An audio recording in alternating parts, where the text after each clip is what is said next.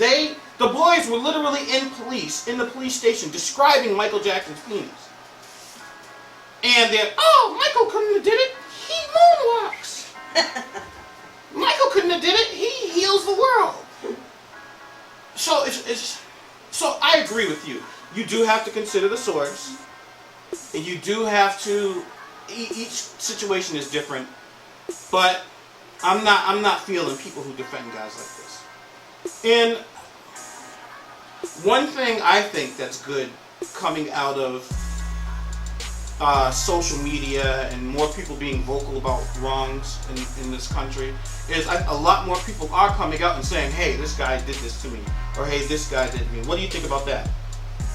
I was actually thinking as you were saying that I think that's one of those accusations where I personally would be more inclined to believe the accuser, because it's not something cool to come out and say, for lack of a better word. It's not like, oh, I slept with so-and-so, right? That's kind of cool. Right.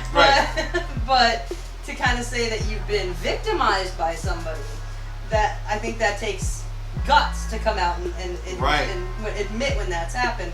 So in situations such as that, I think I might be more inclined to believe the accuser. Do you think it's different because it's a woman, different for women than men, though? How so? So, like a woman, all these women that came out and accused Bill Cosby, right? Something like 50 of them. People do not believe one of them. Like, none of them. None of you girls are telling the truth. You girls are doing it for money. You girls are doing it for this. You girls are doing it for that. But when a man comes out and says it, they don't get those accusations because it's like, it's really like, it's against masculinity, taboo. kind of. Yeah, it's taboo. So, what do you think about that? I think that's a valid point. That makes sense.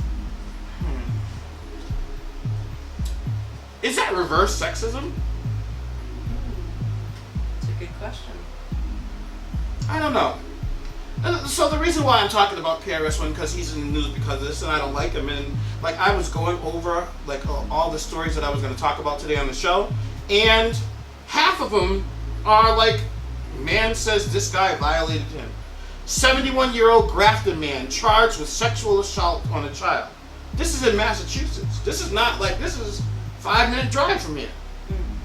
71-year-old man charged with sexual assault of a child being held in lieu of $50,000 cash bail after his arraignment this week in Westboro District Court. John G. Sorceress of 10 Robert Circle. I love that they put their address and all of their business when they're accused of something. Like, God forbid he's innocent of this stuff, because you do that, you put the wrong person's address out there, and people could come looking for you. I don't know. I agree with that. But he's charged with indecent assault and battery on a child under the age of 14, posing the child in a lascivious state. Is that right? How do you say it? Lascivious state and enticement of a child under age 16 for sex or violence. He pled not guilty Tuesday before a judge, Vito A. Beersey, who ordered him held on bail pending a pre-trial hearing on August 9th. He was arrested after an investigation by Grafton Police Sergeant James C. Crosby. So see, I automatically want to shoot him. So, but like you said, you have to, one, consider the source. The details of the investigation have not been released yet, so we have to kind of sit on it. But I was having a discussion with someone the other day, and this is a problem in a lot of black families and Spanish families, where an uncle or someone is molesting the niece, or the father is molesting the kids. This is almost too common in black families. It's so common that Chris Rock, on one of his comedy specials a couple of years ago, said, you know that one uncle that you got to mess with the kids? Oh, where the kids at? Oh, in the room with Uncle Johnny. Go get them kids! Go get them kids! And, I laughed at it, but, like, we were really talking about it the other day. Like, this is really almost an epidemic. And this is one of the things that I think in the future, near future, is going to come out as being a problem that needs to be addressed. Now, your wife problem in white families as well? Or is this just a black minority, black Spanish thing? I am in fact. Mm-hmm. And I was actually wondering that myself when you were asking that question. I was going to ask you, do you think it's specific to black families and Spanish families, or do you think it's everywhere?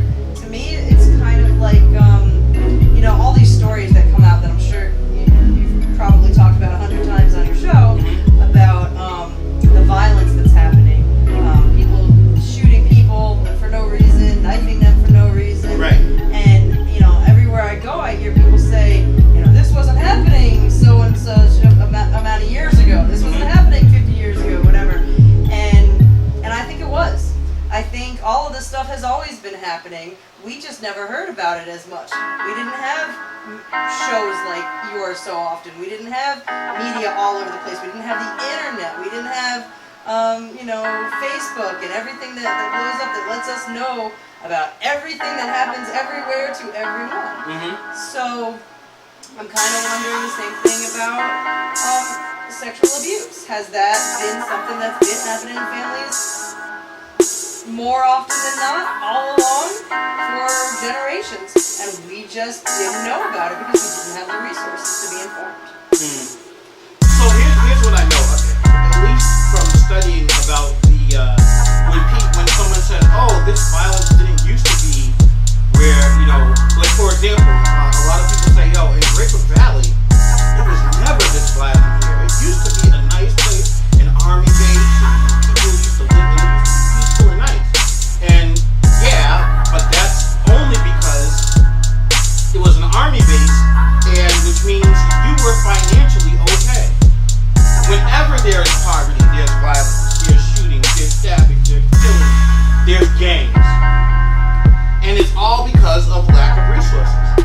If the reason why gangs started was because yes, they were selling drugs, they want to make money, and they don't want another gang to come into their neighborhood and start making money off their neighborhood. It always boils down to a financial aspect. So that's why a lot of people say, "Oh, it wasn't like this before." Well, yeah, the economy was better in that particular area then. But when we're talking about molestation and how it affects the families, I don't think that nothing to do with your financial. Because rich people molest people, poor people molest people. It's really a sick. It's just sickening how it ruins people too. So this is another aspect of how you said like innocent until proven guilty, right? And then they'll go about the guy's history. Oh well, are you broke? Are you this? Are you that? When you have been sexually assaulted, it could mess your life up so much that the reason why you're broke or the reason why you're mentally unstable and things like that is because of that exact molestation that you have to stand against now and prove that this guy did it or that this girl did it. I don't know. What do you think about that? Oh yeah, I think that's definitely true. It can definitely be one of those things that ruins a person's life, and I applaud the people who are strong enough to carry on, have families, have careers, have futures, and rise above it. Yeah, I mean, like, look that. Listen, I'm messing up on my applause today, but can y'all applaud that? Yes, I agree. Anybody who has withstood or survived being molested or being mistreated, and you are now that kind of person who no longer deals with things like that, or no longer lets that affect your life or direct your life, yeah, you deserve props, because I've seen personally, firsthand, a lot of lives ruined just from someone being molested. I saw a headline the other day that Michael Jackson was allegedly molested when he was younger by one of his managers, I think it was, what they said it was, and he became, in my opinion, a monster himself because of it. And it is one of those things that's hereditary. Usually, when you have somebody in your family that has been sexually abusive towards you, usually you become a sexual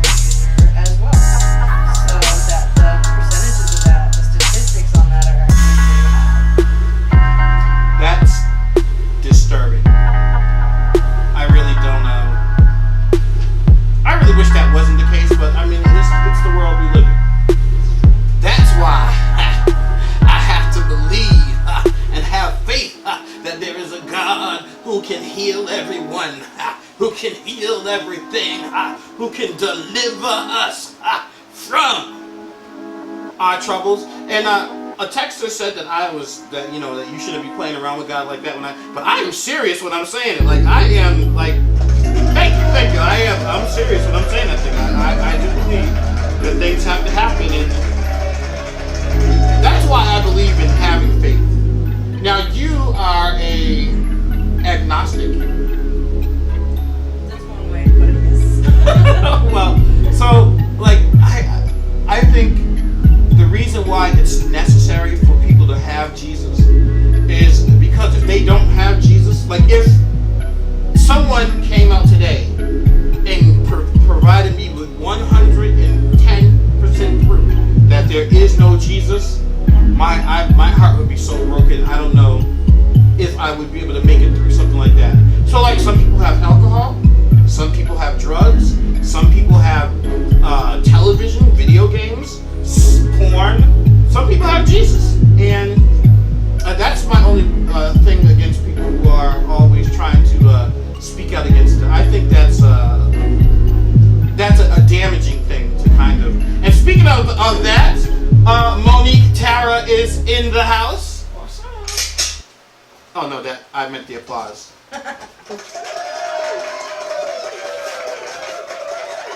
Well, I just woke up and they're not